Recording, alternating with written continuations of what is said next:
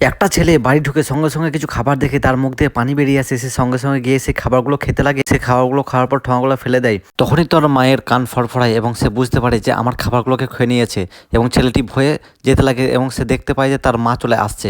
সে লুকিয়ে থাকে এবং কাউকে ফোন করে বলে যে তার মাকে আটকে দিতে। তারপর সে জমিতে গিয়ে কিছু যেই ফলগুলো খেয়ে নিয়েছিল, সেই খাবারগুলো খেয়ে নিয়ে গেছিলো, সেগুলো কিছু কালেক্ট করে সে নিয়ে চলে গেল বাড়িতে। এইদিকে সেই লোকটা দেখতে লাগলো যে তার মা কতদূর এসছে।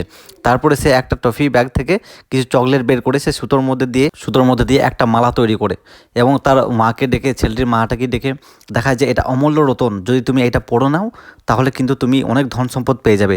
তার মা দেখে খুব খুশি হয়ে যায় যে সত্যিকারের। তাহলে বললো যে কত টাকা দাম নেবে বলো।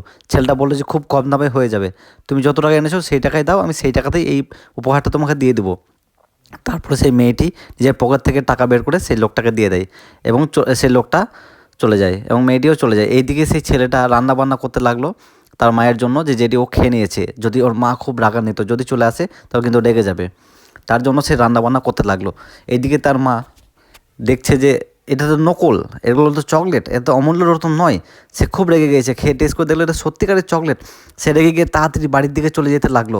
এদিকে তার ছেলে খাবার তৈরি করে একদম রেডি করে করে রেখেছে। তখনই তার মা আসছে, সে তাড়াতাড়ি সব একদম রেডি করে রেখে তার মা দরজা খুলতেই সে দেখছে পড়াশোনা করছে এবং টেবিলে গিয়ে তাড়াতাড়ি দেখছে যে খাবারটা আসে কিনা, তাও দেখছে না, পুরো খাবারটা আছে। তারপর সে টেস্ট করে বাচ্চাটি এতক্ষণে জানালো বেচারি। বন্ধুরা লাইক করো ভিডিওটা, সাবস্ক্রাইব করো চ্যানেলটাকে।